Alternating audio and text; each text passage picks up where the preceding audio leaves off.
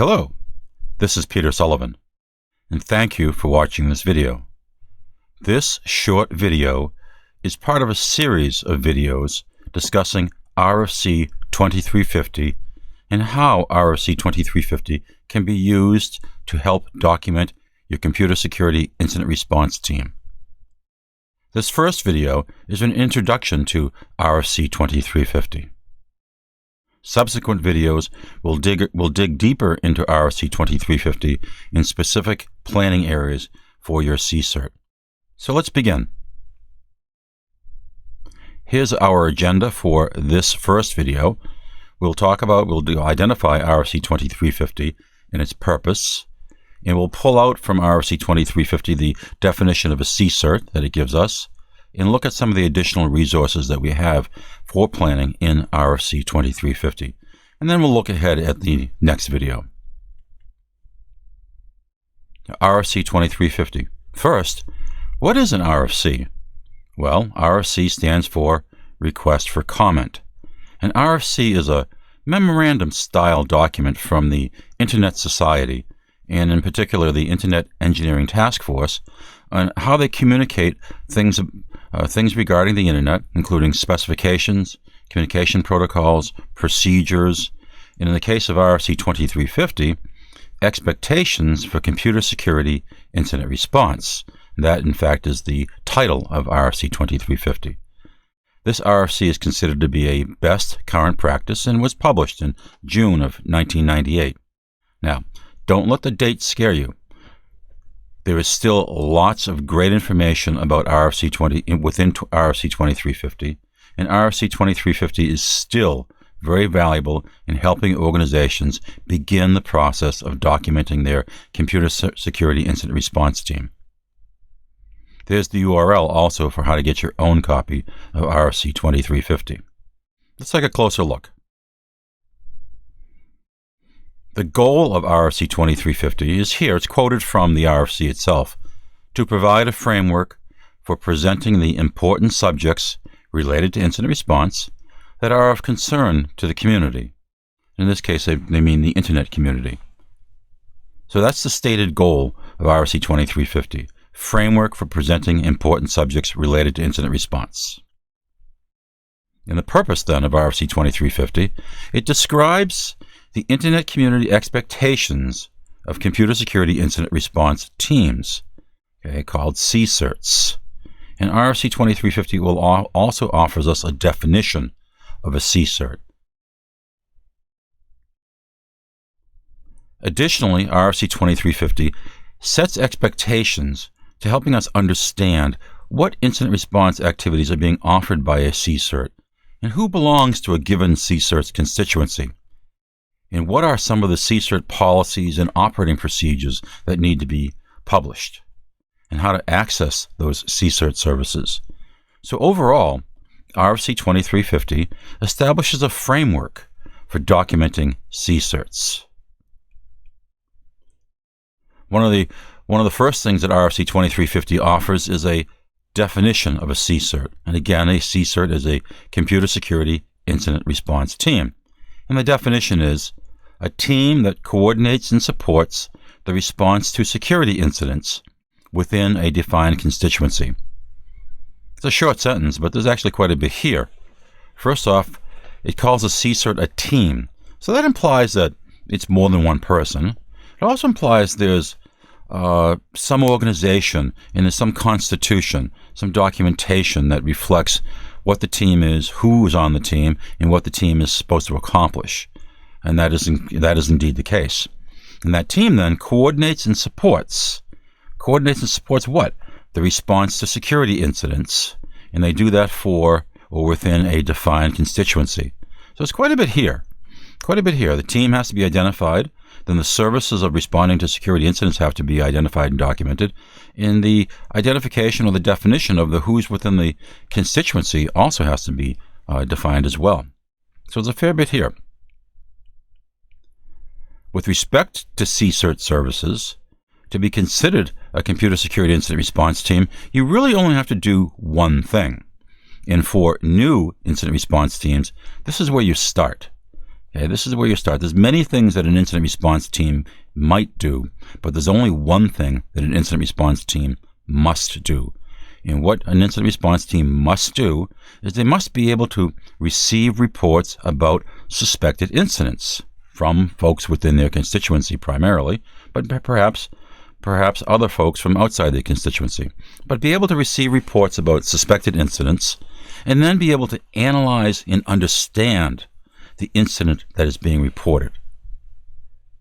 Beyond that, the CSIRT needs to be able to assist constituents in handling incidents. And in the bullet here it says, help create an initial response strategy. An initial response strategy, at least. So what are you going to do right away in order to respond to this incident? And it also says assist constituents. Now that word assist has some leeway here with respect to what the CSIRT might actually do. Is the CSIRT actually going to take over the job of fixing this problem? Or is it just simply going to help the constituency? And common ways that CSIRTs help constituents are via email or telephone or video conference in order to help apply an initial response strategy, for instance. So your incident response, your CSIRT documentation, you should probably inform your constituency as to what kind of help you're going to offer. And indeed, that's one of the things we expect. And then your CSIRT service, your incident response service, needs to be able to publish incident information to both your constituency and to folks outside of your constituency as well. You need to publish incidents that you're dealing with, ones you've handled, ones you've resolved, so people can understand in the future how to handle these kinds of incidents, and in the present, understand what kind of thing is going on right now. What's the situational awareness right now with respect to computer security incidents? So again, to be considered a CSIRT, you need to do one thing, and you need to do it well, and that is to run or be able to offer what we call an incident response service. And what's here on the slide is what constitutes an incident response service. There may be other things you end up doing as a CSIRT, but an incident response service is the first thing you must do. And it may be the only thing you do, but it's the thing that you do first in order to be considered a CSIRT. Additionally, RFC 2350 encourages us to identify and publish information on CSIRT policies and procedures. And of course, one of the first policies and one of the first procedures is the CSIRT services and how to access them. And we just spoke about the incident response service. And again, your document, your CSIRT documentation needs to describe that service, and it needs to describe to your constituents how they're going to access that service and what they should expect from that service. Other policies and procedures that should be published to your constituency are, for instance, how to report an incident. That is one of the critical things that we need to have. Is have to have an intake. You have to have an input to your CSIRT service. So how does your constituents report an incident, and how should they expect to work with the CSIRT? What kind of information should your constituents be prepared, for instance, to provide with the CSIRT, and how much interaction should they be prepared to have with the CSIRT? What's going on with respect to resolving an incident, and specifically, what level of support do your constituents need or expect to get from your CSIRT? Well, your CSIRT documentation needs to set that expectation with your constituents as to what level of support are we going to expect from the CSIRT. Again, is the CSIRT going to take over resolution, or is it simply going to provide some sort of assist facility? Now, RFC 2350 offers us some additional resources, and they're listed here. In Appendix A, there's a glossary of terms, and within that glossary is the definition of a CSIRT we discussed earlier. Appendix B has some related materials, and in particular, Appendix B offers us RFC 2196, which I think is something that after you finish working with RFC 2350, perhaps you'd be interested in taking a look at. Appendix C offers us a way to identify other known CSIRTs worldwide. No, it's not a list of CSIRTs worldwide, but it shows us or it tells us where we need to go in order to get that list. Then Appendix D. Now, Appendix D is the heart of what we're concerned with here. Appendix D gives us an outline of a CSIRT template.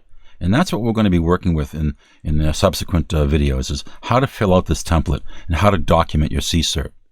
And Appendix E offers us an example of that template in Appendix D, but offers an example of that template filled out for a fictitious CSIRT. So we can see the depth and level of information that RFC 2350 expects us to provide as we fill out the template and document our CSIRT. Now, the RFC 2350 CSIRT template has 7 sections. The first 2 sections are pretty straightforward. Information about the document, when it was published, where can you get updates, and so forth. And then contact information with respect to the CSIRT itself. Where is the CSIRT located? How do we get a hold of it? How do we find out more information? What are the points of contact? And then there are additional sections on charter, policy, services, incident reporting forms. In Section 7 is disclaimers, primarily legal disclaimers. But this is the overall template that we see in Appendix D of RFC 2350. So we'll take a look here at the first 2 sections, and we're not going to fill these out as part of this video. But this is pretty straightforward. And as you go through following the template for RFC 2350 to document your CSIRT, this information should come readily to you. Document information, date of last update, distribution list, and so on, and then contact information with respect to the CSIRT itself.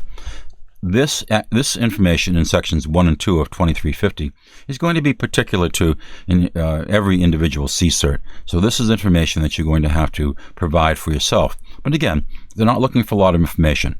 Who's on the team? How do we get a hold of it? What's the phone number? What's the email address? What's the website?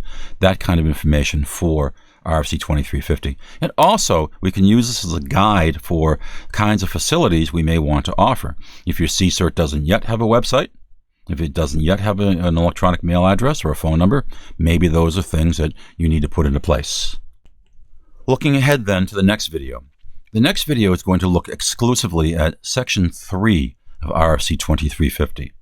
In Section 3, it talks about the CSIRT Charter, mission, constituency, sponsorship, and authority. We're going to dig into Section 3 in some degree of detail so that you can understand what needs to go in there and how to communicate your mission and other information to your constituents. So that's what we're going to do as we look ahead. So take a look at RFC 2350. Take a look at what's at the outline in Appendix D and document or write down what needs to be in Sections 1 and 2 of RFC 2350 that documents your CSIRT, and then be prepared to move on to the next video where we'll discuss your CSIRT charter. I'll see you there.